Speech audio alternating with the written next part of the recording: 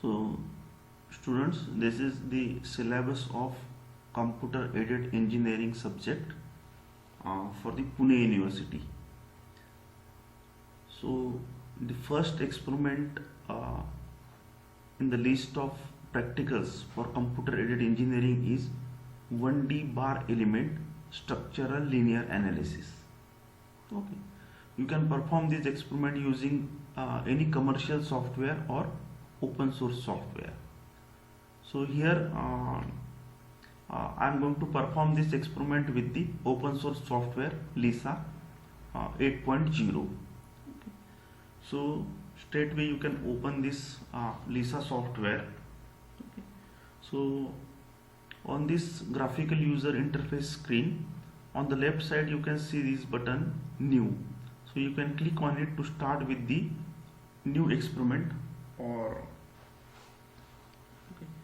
So firstly, title of our experiment is 1D bar element structural linear analysis.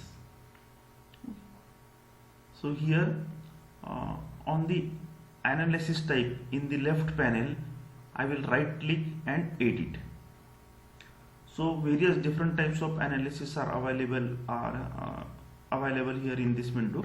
So you can click on 2D analysis, and the first option is static 2D. So then click on OK. So first we will create the we will see the problem that we are going to solve with this example. So here with these components selected in the left panel, I will click on the nodes.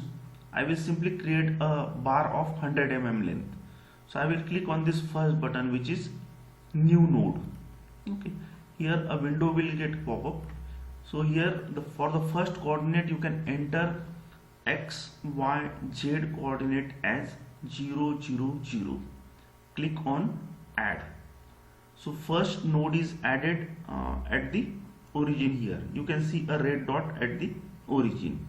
The second element the second node I am going to add at a distance of 100 mm along x-axis. Okay, so this you can see the user coordinate system symbol here at the lower right corner on the screen with 3 axes, x, y and z axis.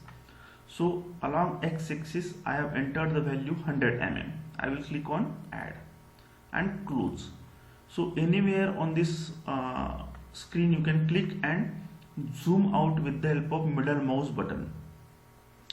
So now here you can clearly see the two red dots on the screen, 1 and 2.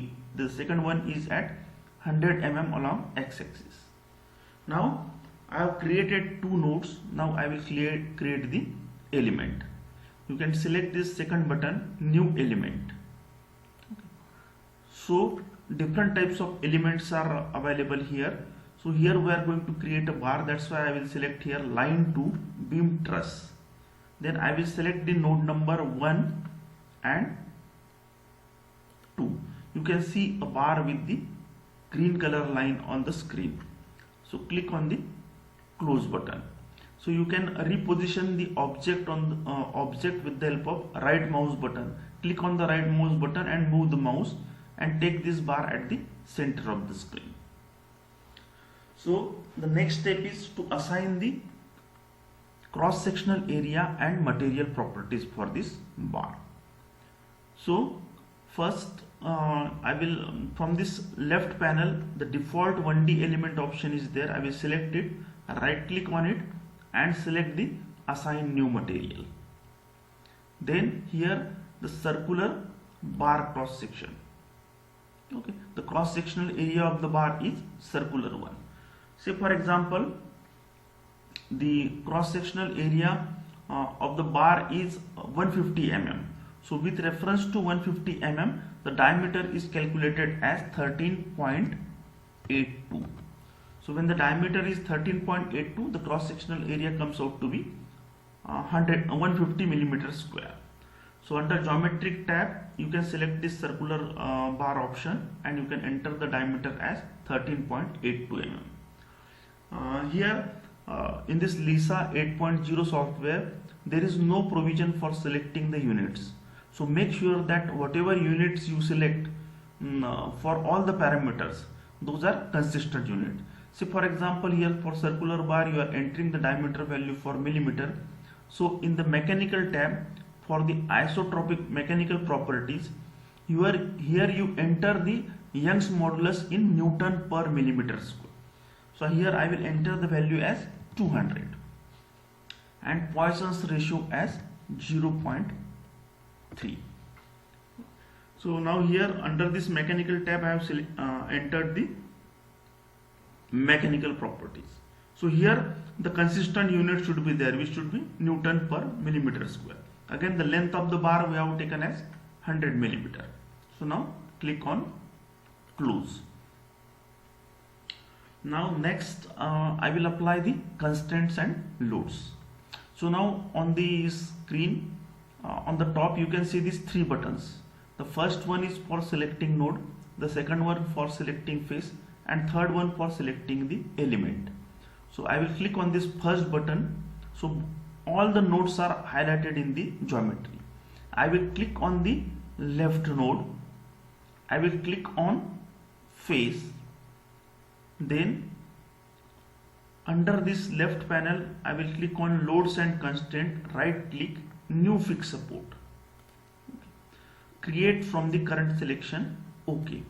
So you can see the displacement along x, y, z axis is 0, 0. That means this left face of the bar is fixed one. You can enter this displacement along x, y, z axis with the help of this by selecting this face tool. Otherwise, after selecting the node, you can manually enter here with the new displacement along x and x, y, z axis 0, 0 values. Okay. So as the displacement along all the three axes was 0, that's why I have selected the face option. So now again I will click on this node button. I will select this right node. Then I will click on face. Then under in the left panel on the loads and constraints, right click, new force. Axial force of 1000 Newton is applied along x direction at node number 2. So I will click on OK.